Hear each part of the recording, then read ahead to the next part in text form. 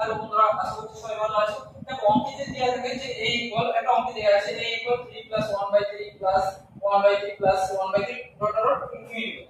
তাহলে উত্তর চেয়েছে যে a cube minus 1/a cube equal কত? a cube minus 1/a cube equal কত? তাহলে আমি এটা লিখতে পারি তো যে a সমান সমান, দেখো এখান থেকে এই পর্যন্ত আমি লিখতে পারি না a, কারণ a সমান সমান কি 3 প্লাস 1/3 প্লাস 1/3। তাহলে আমি এখানে ধরে নিতে পারি যে ধরে এটা সমান সমান a, তাহলে আমি লিখতে পারি যে a সমান সমান 3 প্লাস 1/a।